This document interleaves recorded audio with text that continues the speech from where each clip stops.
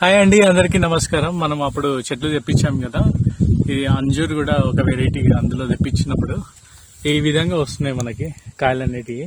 ఇక్కడ వచ్చినప్పుడు అన్ని ఉండేవి అనమాట. అవన్నీ ఇలా పండు మక్కాయి, ఇలా పండు మక్కి మేము తినేసాం అనమాట. చూడండి ఇంకా వస్తున్నాయి పైకి.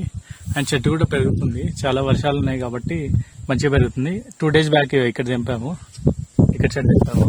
ఇది కూడా మనం తెంపుకోవచ్చు. ఇప్పుడు చూద్దాం లోపల ఏ విధంగా ఉంటుంది. చూడండి ఈ విధంగా ఉంటుంది. పురుగు అయితే లేదు, చాలా బాగుంది, తీయగా మంచిగా ఉందన్నమాట.